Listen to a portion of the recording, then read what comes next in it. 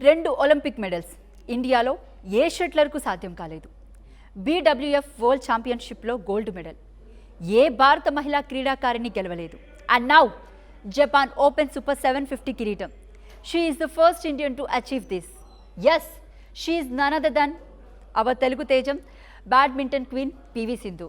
2026 July 19న Tokyo కోర్టులో ఒక హిస్టరీ క్రియేట్ అయింది.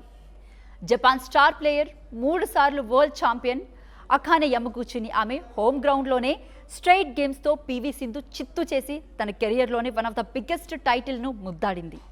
ఈ గెలుపు కేవలం ఒక మెడల్ మాత్రమే కాదు, గత 4 ఏళ్లుగా తన అనుభవించిన నరకానికి, గాయాలకి ఆమె కెరియర్ అయిపోయింది అన్న విమర్శకుల నోళ్లు మూయించిన ఒక పవర్ఫుల్ ఆన్సర్. కానీ ఫ్రెండ్స్, ఈ సక్సెస్ వెనుక ఉన్న పెయిన్ మీకు తెలుసా? ఈ హిస్టారికల్ విక్టరీ అంత ఈజీగా ఏమీ రాలేదు. 2019లో వరల్డ్ ఛాంపియన్షిప్ గెలిచిన తర్వాత సింధు కెరియర్లో ఒక పెద్ద మేజర్ టైటిల్ సొంతం చేసుకోలేకపోయింది. 2022లో స్విస్ ఓపెన్ సూపర్ 300 గెలిచింది. 2024లో సయ్యద్ మోడీ ఇంటర్నేషనల్ టోర్నీ కొట్టింది. కానీ అవన్నీ చిన్న చిన్న టోర్నమెంట్లు. ఆ తర్వాత Australian open, Thailand open, Canada open, ఇలా ఏ టోర్నీకి వెళ్ళినా ఓటమి ఎదురైంది. వరుస ఇంజురీలు, బ్యాక్ టు బ్యాక్ ఓటములు. ఒకానొక దశలో సోషల్ మీడియాలో ఒకే విమర్శ, Sindhu chapter is over. Saina Nehwal లాగే సింధు కూడా ఆటకి గుడ్ బై చెప్పేసిందేమో అని అందరూ ఫిక్స్ అయిపోయారు.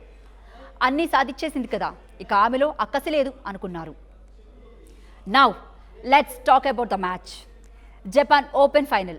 అవతల ఉన్నది సాదా సీదా ప్లేయర్ కాదు, లోకల్ ఫేవరెట్ అఖానే యమగుచి. పైగా 4 ఏళ్లుగా యమగుచిపై పూర్తి మ్యాచ్లో సింధు గెలిచిందే లేదు. లాస్ట్ టైం 2022 థాయిలాండ్లో ఓపెన్ పూర్తి మ్యాచ్ గెలిచింది. ఈ ఏడాది మలేషియా ఓపెన్లో మ్యాచ్ జరిగిన యమగుచి మధ్యలోనే తప్పుకుంది. కాబట్టి ప్రెషర్ మొత్తం సింధు పైనే ఉంది. కానీ ఆదివారం మ్యాచ్ మొదలవ్వడమే Sindhu mind blowing attacking start చేసింది. ఆరంభంలోనే 3-0 లీడ్. యమగుచి కూడా తగ్గకుండా 3-3తో ఈక్వల్ చేసింది. ఫస్ట్ గేమ్ ఉత్కంఠభరితంగా సాగింది. సింధు తన పవర్ఫుల్ స్మాష్లతో 9-6 ఆధిక్యంలోకి వెళ్ళిన యమగుచి కంబ్యాక్ ఇచ్చి మిడ్ గేమ్ బ్రేక్ సమయానికి లీడ్ తీసుకుంది. కానీ అసలైన ఆట బ్రేక్ తర్వాతే మొదలైంది. కోర్టులో ఒక అద్భుతం జరిగింది. 11-11 స్కోర్ వద్ద ఏకంగా 36 షాట్స్ లాంగ్ ర్యాలీ. ఆ ర్యాలీని సింధు గెలుచుకోవడంతో మ్యాచ్ టర్న్ అయింది. క్రాస్ కోర్ట్ స్మాష్లు, డీప్ పుషెస్తో 16-12 లీడ్ సాధించింది. యమగుచి మళ్లీ పుంజుకొని 17-15 వద్ద మరో 38 షాట్స్ మార్థాన్ ర్యాలీ ఆడింది. కానీ సింధు ఐరన్ లేడీలా నిలబడింది. చివరికి యమగుచి బ్యాక్ హ్యాండ్ కార్నర్లోకి షటిల్స్ను అద్భుతంగా నెట్టి 21-17తో ఫస్ట్ గేమ్ను సింధు తన ఖాతాలో వేసుకుంది.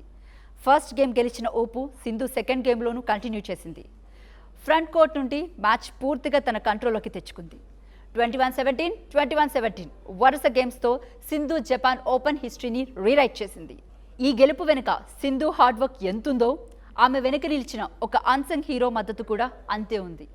సాధారణంగా సింధు ప్రతి టూర్లో ఆమె పేరెంట్స్ పివి రమణ, విజయ్ తోడుగా ఉండేవారు. కానీ 2024 డిసెంబర్లో సింధు లైఫ్లోకి ఒక కొత్త పర్సన్ వచ్చారు.